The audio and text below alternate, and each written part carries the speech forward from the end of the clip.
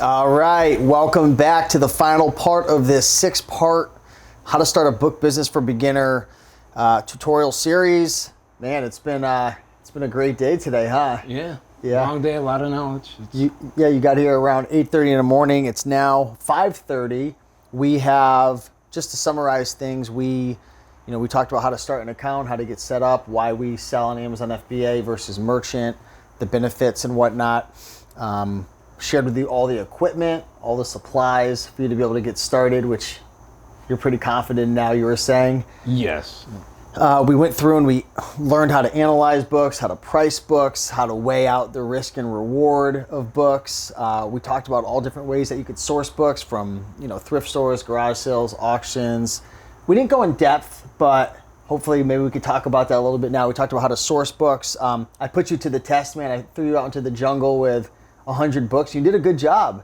You went through, you analyzed them, you used Scout IQ, you used Accelerlist.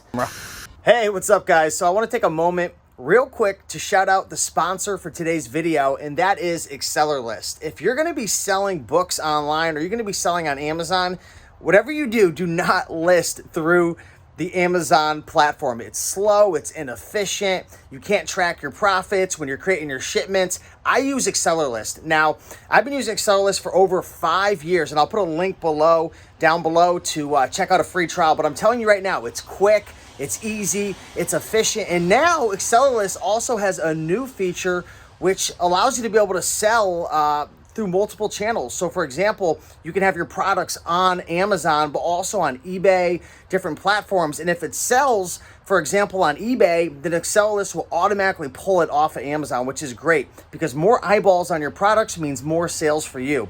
So again, big shout out to Accelerlist. I'll put a link down below to check out a free trial, but hopefully you guys are enjoying the video and talk to you soon. You learned how to price things accordingly. You learned how to weigh out the risk and reward. You learned what a restricted book was. You learned how to deal with the restricted books. Man, I'm proud of you. You came a long way when I threw you out into the jungle. And then we sent out an Amazon shipment. And you seemed pretty shocked by how easy it was using Accelerlist.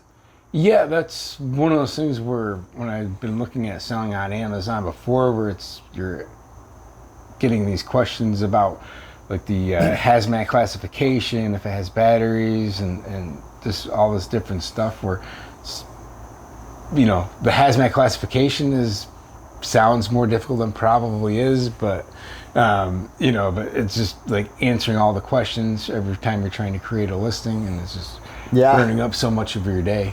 Yeah, and we went through the whole process, man. You learned how to prep the items, which isn't rocket science with books. You learned how to list the products. You learned a lot of the basic foundational stuff of Accelerlist, and obviously there's a lot more to it, but you don't really need it all. We didn't talk about it. With Accelerlist, there's all different types of things that you can do with it, right? But really, for me, it's the ease of listing. It's not having to deal with answering all these questions. You can create templates. You can easily jump to the Amazon listings. You can easily jump to the Keepa charts. You learned how to use it, man. And then you learned how to process everything through Amazon FBA, how to weigh the items with a scale, how to ship it out, how to pack a box, and ultimately how to drop it off at UPS, which, thinking back now, when you first got here, you were kind of like, it was like all these little pieces were in a blender mixed up, and you didn't really, it was kind of like, it was almost like sensory overload where you had knowledge, but you didn't really understand where to go with it. Like, how do you feel now that we've spent the day with each other and you've kind of gone through the process and now you've kind of seen how all the pieces connect, how the puzzle fits together? I feel 100% confident. Everybody might make a bad buy here or there, so sometimes it's just showing a little bit of patience with double checking your prices. But as far as being able to proceed and go forward with it, they're 100% confident that I'll be able to. So. Yeah, because when we initially talked on the phone, when I accepted him to come over here and do this for you guys and to be able to put this together, that was the biggest thing that you wanted to overcome. Like, you were very, very overwhelmed with the how to do your first Amazon FBA shipment process. Like, you did not know where to take it. Yeah. It's just one of those things that, like I said, it's just putting everything together where it's like, well, if I screw this up, what's going to be Amazon's response to it? And did you just get yourself banned for, or suspended or whatever, or just the idea of losing money, where you're sending in hundreds of dollars worth of stuff, and it's, you mismatch something with a sticker, in the wrong box, and, it's just getting all that process together. But it's just, when you're coming from a background of like eBay, it's just so different that it seems like it's more overwhelming, but once you just get through the process, it's, so you feel confident. Yeah, no, I get it. So what advice would you give to, maybe there's a bunch of people watching right now, man, and a lot of people who are going to be watching now are going to be eBay, Poshmark, Etsy sellers who want to learn how to sell on Amazon, but they're scared. For you, it was a lot of maybe some mental blocks of fear. You didn't want to lose money. You didn't want to make a mistake. The truth is, there's no way to get around that. You're going to still make mistakes. Mm-hmm. Courses, mentorship just helps to shorten the learning curve, but you're still going to make mistakes. So what's changed now for you to be able to move forward, and what advice would you give to somebody who's kind of sitting back? They want to start this business, and maybe they just want to make a couple $100 a month extra, maybe $1,000, $2,000. What advice would you give them after hanging out with me all day? I think just get the process started. Like there's plenty of different reselling groups. There's, YouTube. Yeah. And just kind of follow along with what you see. Because I think it just seems a lot more overwhelming than it is in reality, just because you're coming from a different world. Yeah. Where, you have that full control to make sure it's going to the right person, and you're not worrying about any of the extra stuff with the barcodes or scanning things in. It's just taking some pictures and writing a description. But yeah, it's different. It's really different. It's like in school, like when you're learning about like chemistry or something like calculus, it makes no sense at all. Yeah. But then when you learn it, it clicks. You're like, oh, okay, gotcha. Jumping on somebody else's listing like that, it's like, is that offensive to do? Or you just dive right on, man. Yeah, and just understanding like that's just how Amazon works, because I've never actually bought anything from Amazon. Whoa. So, yeah. You hear that, Zach? You've never bought anything from Amazon? Never bought anything from Amazon. So that's that's where he's going to be the first person in history to sell something on Amazon before he buys something on Amazon. Wow. It's a good goal, yeah. Man. It's just been one of those things where, my experience has just been what I've seen, with YouTube and what goes on there. So, that's why there could be a little bit more of a learning curve, or holes that are there where you don't understand how something works. So for me, my ultimate goal for you coming here is I wanted you to leave, and I wanted you to, I don't care if you do 5,000 a month, 4,000 a month. I want you to do something that makes you happy. I know your goal was $1,500 a month profit, 2,000 a month profit.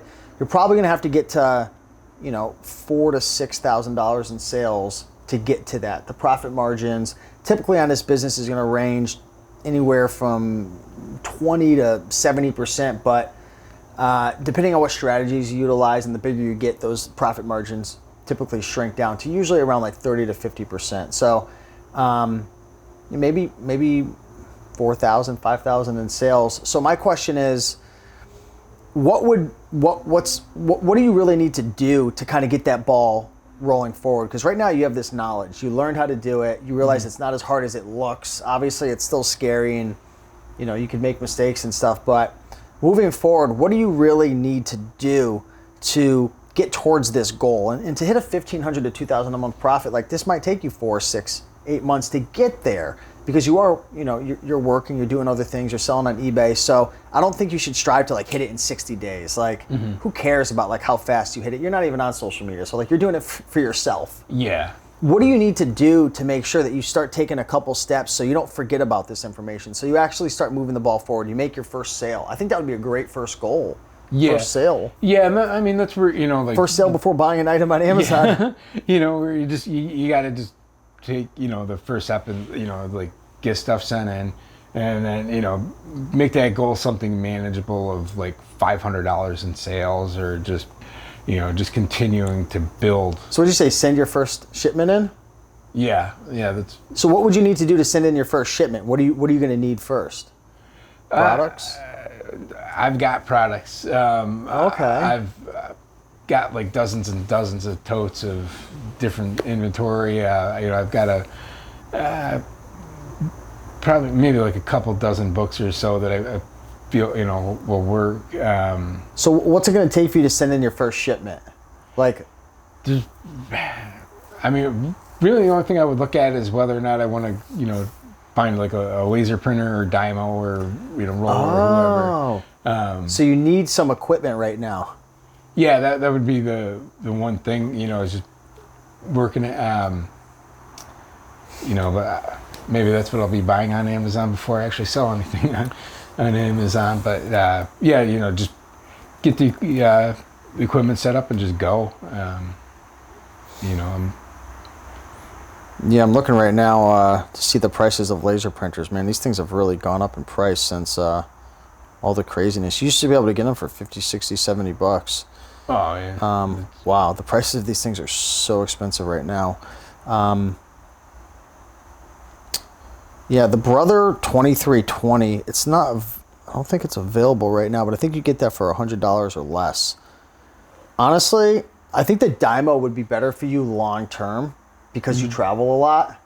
And I told you earlier how I used to bring the big fat Brother laser printer into the hotels and then it would fall off the cart and freaking smash up, and people would look at me like, why are you bringing a printer into the hotel? It's because I want to do everything in my hotel room. I don't want to be coming downstairs.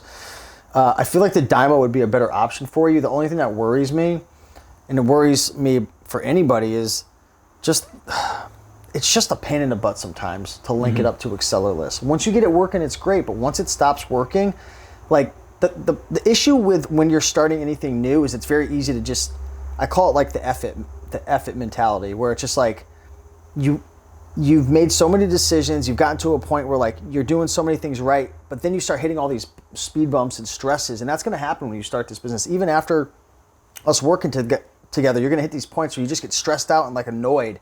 And I don't want you to get so stressed out to the point where you're just like, F it, like I'm out. And the Dymo can cause that. That's why I recommend the Brother laser printer and using the 30 up labels, even though it takes twice as long to, it's less efficient. You got to print it all out at once, and then you got to hand, deliver each one onto the barcode of the book. The Dymo's quicker, but it's stressful at times. So you're going to have to make that decision. But man, even if you buy a Brother laser printer, you could always resell it down the road too. It's not like it's like 100%, and it's a write-off. Yeah. Yeah. Recall how good you are with technology. Yeah. Well, I'm okay with it. Not patient with it, so that would be one of those things where if something just like stops working or whatever, I don't want you to quit because of that. Like, thankfully, I had the Brother laser printer as a backup because my Dymos, man, I was fighting, and I was about to say effort for the time being and stop listing for like a month or two until I regained consciousness. But I had it there and I've been using it. So, you don't have another printer? I've got like an inkjet printer. You can use an inkjet printer. Oh, I thought you couldn't. No, you can. I should clarify that. You can use an inkjet printer. Just go get the 30 up labels and use it. The only thing with the inkjet is it's just more expensive with the ink. So you're fine. You don't even need a printer then if you already have the inkjet. I'm sorry. I should have clarified that. Oh, I thought that was something with Amazon or something. No. I was so gung-ho with that laser printer. No, you can use the inkjet. Oh, all right. Yeah. So just use the inkjet. Yeah. So I need some 30 up labels and go. Buy the little barcode scanner though. I'm not talking about the Natamu for scanning. Get that as well. You don't need it though in the beginning because you can just do it by hand. But get the little $10 one I was talking about when you attach it to a computer and you scan it with Accelerlist. Yeah. Because that's a big time suck if you don't have that. Yeah. Yeah, that's one of those things where just anything to simplify the process and like I said, just the amount of stuff beyond books and everything that I have to send in there. You got to get that first shipment in, dude. Yeah. I'm telling you because so I taught my girlfriend how to do this and she actually, this is She used Amazon Seller Central because she didn't want to invest in the Accelerlist, which is perfectly fine. I get it. Like, she works a job, she didn't want to invest money into it and stuff, and whatever. She used the Amazon Seller. It was a pain in the butt. It was a pain in the butt. I'm telling you right now. But I would definitely invest in the barcode scanner. I would definitely invest in Accelerlist. Like, these things are, for a guy like you, I wouldn't go any other way. But you have to get that first shipment in. You have to get it in because, for her, once she started seeing the sales, it motivated her, and she started putting out more wanted ads. She was doing next door pickups, and now she's getting really excited. So we're going to be going in partially together on that wholesale lot of books that we have coming in. So she's excited. But once you get, the point I'm trying to make is once you get those first sales and you check your Amazon seller app, every single morning, the first thing I do is I wake up in the morning, I go to my phone, probably shouldn't be doing this, it's better than social media, and I just check to see if I sold anything. It's so exciting. Yeah. And it sells without you having to fulfill it or pick it or pack it or ship it or customer service. Like, you just check your sales, and then Amazon pays you every 2 weeks. Yeah. Directly to your bank. Simplified thing, it's sometimes, especially with eBay, where you get loaded up a little bit more on like over the weekend or something, and then all of a sudden Monday. It's like you may not exactly be feeling it, but then all of a sudden it's like you got 30 or 40 things you got to pack up and send out. And then there's no listing on Monday because you have to pack everything. With Amazon, it's all front loaded. So you focus on sourcing, you source as much as you can, and once you ship it all off, man, you're done for the most part. I know we didn't cover repricing at all. We could talk a little bit about that. I use a software called Reprice It. I think that's $15 a month, and you can set up rules for it to automatically reprice for you. So that's what I do. I was gonna make it a part of the series, but that's a long, boring video, and we've already done so many. I feel like this is like the longest video possible, but I know it's gonna help. Honestly, I could care less if 1,000 people are like, oh, this is too long, I don't want to watch it. This is YouTube. I don't care, because I know there's gonna be 10 people who watch this who actually like this video. I feel like fills in so many gaps. Because this is like real life. Yeah, and that's, that's been one of those things where it's so much easier to kind of try to learn from somebody who's learning versus somebody who's trying to teach. I think sometimes we're... Yeah. I'll put some links down below I have a repricing video that I recommend. That's very copy and paste. A lot of the stuff we learned today isn't as copy and paste, but a repricer is. You just set up a couple different rules. There's like 10 options. You set it up, and then every day I have my repricer. It reprices like 5 to 10 times a day based on my competition. So sometimes somebody sells out and I want the price to raise. Other times more competition comes in and I want to lower my price. But I don't want to have to manually go in and do it myself. So in the beginning, you can do it yourself. It's good to learn, but eventually you'll want to get that software. But I wouldn't do it now because start making some money first, Yeah. Yeah, you can get the hands-off approach later on with stuff. So once you get your first shipment in, it's going to start selling, man. You're going to get addicted. You're going to want to go out and source more. You're going to want to ship more items in. You're going to start counting your profits. Every time you send in a shipment, you're going to see every time I send out a shipment, after like maybe 4 or 5 days, once it checks in, the sales, they just start coming in, man. And guess what? I don't have to ship it. I don't have to process it. I don't have to drop it off at UP. I just do it once, just like today, man. You just throw it all in a box. Yeah. It's all front loaded, man. It's a front loaded business, which is great. So say you want to work your butt off, man, and you're going to be going on a trip for a couple weeks, just send out like 10 shipments, get it all in. And then when you're on vacation, I love doing this. I time it so all my shipments are going out right before vacation. Then on vacation, it's like you're making passive income because the money's just coming in. But it takes a lot of upfront work. Yeah. Yeah, and it's one of those things that, like it comes back to you, where it's one of the things, that you notice with like hourly jobs or whatever. Like I've worked in factories, I've worked in places like Walmart and all that stuff, and it's like you work harder and you're just doing everybody else's job around you, and like when they're gonna promote somebody, it's just gonna be done based off of seniority, and it's just, you're not getting that return on what you're putting into it. Yeah, you man, the amount of money that you make in your Amazon business is solely based on your performance and the value that you're able to bring to the market. If you're not making a lot of money, you're not bringing enough value to the market. And how do you bring value to the market? In our business, is our ability to creatively and resourcefully find undervalued products and bring them to the market. That's our value. People are paying us because we're bringing these products onto Amazon. People are shopping on Amazon. And Amazon needs us third-party sellers because I forgot what the stat was, but 60, 70, 80% of all sales on Amazon are coming from third-party sellers. So that's the value we bring. So all the stuff we learned today is like building the whole foundation, but the number one thing that you're going to have to do is like go out there and find ways to source. Tons of different ways to do it, man. But that's something I can't teach you on video. I can give you ideas, but you have to go out there and you have to cold call the libraries, show up to the libraries, build relationships with the managers at the thrift stores. You have to put out the wanted ads. You have to hustle and talk to people, build relationships with people who work at middle schools, high schools, colleges, talk to people, set up consignment deals, post ads on Facebook Marketplace, Craigslist. You know, there's so many ways, garage sales, consignment stores.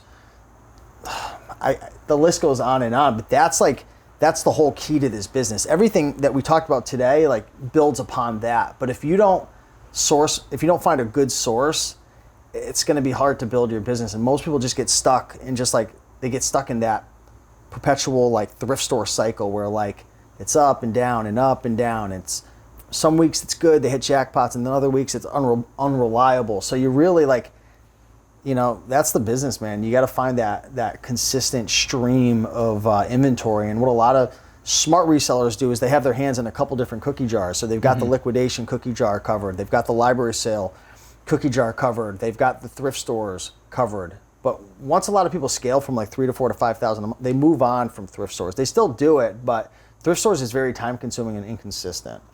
So yeah, you're reliant too much on whatever somebody else is going to bring out, and I don't care what the thrift store is, like the workers there know value, you know, so it's like some books may get caught ahead of time. I've seen it with clothing, and where they're going to pull stuff off to the side when they know like a name brand, it's either getting marked way up or somebody else is taking it home with them. They're already sending it. Like Goodwill's already going on goodwill.org. They're selling stuff online. They stink at it, but they're trying. Yeah, you know, and it's just one of those things where there's a lot of, you know, space in between you and the person that's donated that book. You know, so it's not the best source. Yeah. You know, like you might be more apt to hit a home run here and there where it's like, oh, I got this book that's going to sell for $100 that I bought for $3, but that happens once a month. It's not as it comes and goes, great, man. You know, it's something where it's $7-8 every single time that something goes out the door. You know. So let me ask you to kind of wrap things up. Are there any final questions that you have when it comes to analyzing books, scanning books, sourcing, shipping, listing, you know, finding books? Is there anything that could hold you back from getting out that first shipment and starting to see some results, starting to taste some results? Because once you taste it, you're going to get excited, you're going to get momentum, and you're going to lean into it a lot more. Is there anything that, I know we've covered so much today? I don't think there's anything that's going to hold me back from doing it. Like, you know, like I feel like the knowledge base is there at this point. But it's just, you know, just kind of fine tuning the system for whatever works best with my mind, which, you know, could be just the process or something that gets adjusted. But like, I'm going to do everything, you know, the way, you know, that I've learned now. And if there's something that occurs to me of, I could, you know, you'll find better ways to do it. Yeah. You know, and that's what, you know, it's finding your way to do it, you know, because my mind isn't going to work like somebody else's mind. Yeah, good point. You know, that's why there's people that are good math people and there are people that suck at it, you know. You know, you know, or just finding little ways to change setups and stuff. But yeah, you know, it's just right now it's all about getting out there and just continuing to source things and remembering to have patience with books, because you're going to have a lower percentage that you're going to be. And remember, don't be scared to experiment with other ways. Like I showed you already today, you saw my eBay account, some books I'm sourcing off of eBay. You can source off of eBay. Again, it's going to depend on your budget. You have more money than the average person. So you can look at things like that sourcing online.